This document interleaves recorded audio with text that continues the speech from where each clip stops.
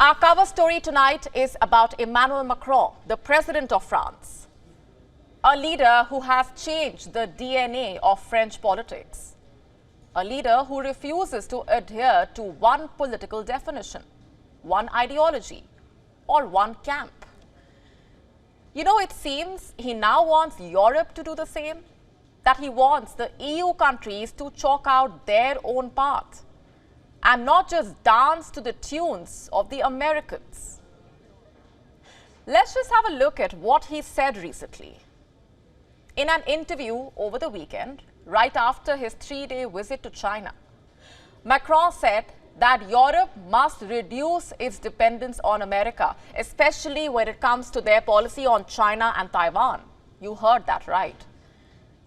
And his remarks triggered all kinds of reactions. They annoyed his allies right from the Baltic to the Beltway. They told him that he has no right in speaking for all of Europe. And guess what? Macron could not care less.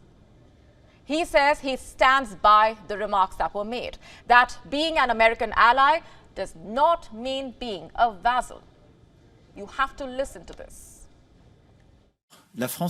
France is for the status quo in Taiwan. France supports the One China policy and the search for a peaceful settlement of the situation. This is moreover the position of the Europeans. It is a position which has always been compatible with the role of ally. But it is precisely here that I insist on the importance of strategic autonomy. Being allies does not mean being a vassal. It is not because we are allies that we do things together, that we decide to do, that we don't have the right to think for ourselves.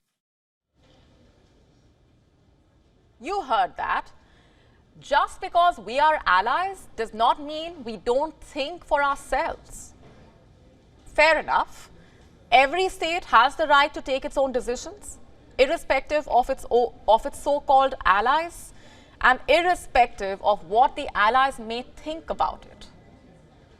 Too bad Western leaders, lawmakers and media houses do not agree with him.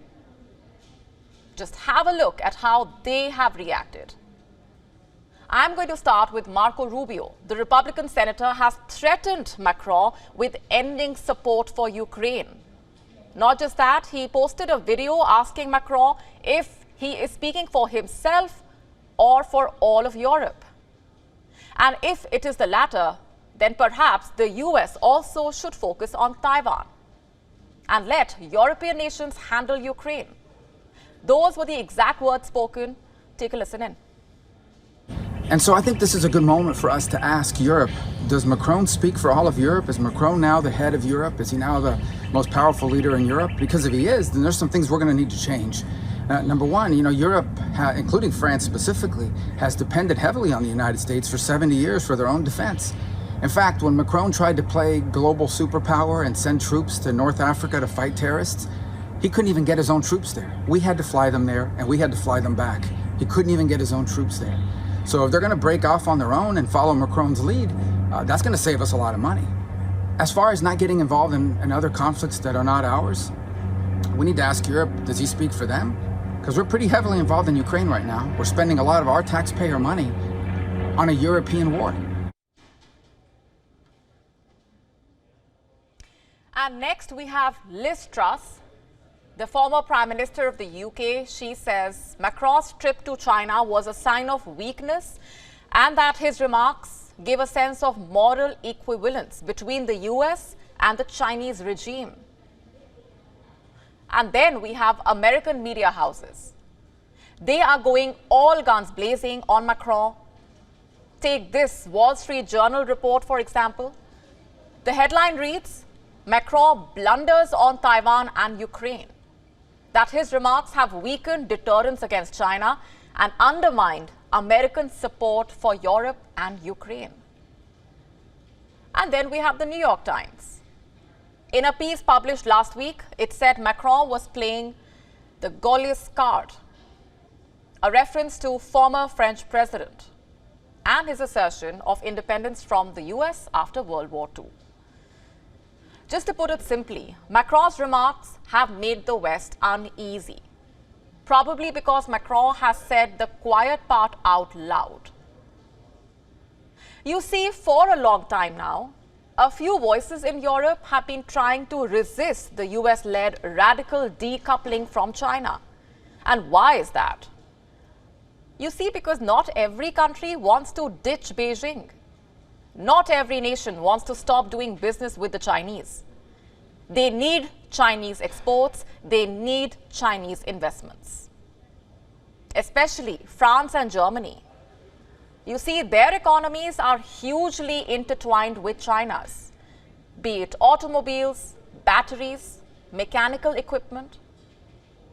They get a huge chunk of this from China. So when Macron talks about strategic autonomy, when he talks about an independent foreign policy, he seems to have a point. Why should Europe, after all, take cue from the US for just about everything? That is the argument that he is trying to make. An argument that may have upset America, but is being fully endorsed by the Chinese regime. Have a look at this op-ed now. The Global Times carried this on Tuesday. Read carefully what the headline states.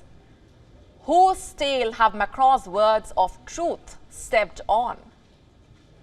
It goes on to state that Macron's statement will only help Europeans in understanding their own strategic interests and boundaries of Europe's relations with the US. In another opinion piece, the Global Times saying that America's uneasiness over Macron's remarks shows Washington's declining ability to maintain hegemony. It says Europe's selfish policies on Europe are only distancing it from its friends. Now, here's the thing. This is not the first time that Macron has expressed his fears of vassalization. He has done this several times in the past, especially in the Trump era. You know, when sanctions were dangled over European firms for doing business with China. So dismissing his fears as hurt, pride, ignored the reality. After all, Europe's economy is being left behind by the US-China rivalry. Their ongoing race to dominate technology and geopolitical platforms, this kind of thing is exactly what keeps Europe comfortable in the role of a geopolitical sidecar or free rider. It does not quite encourage the kind of burden sharing that Republicans like Marco Rubio want.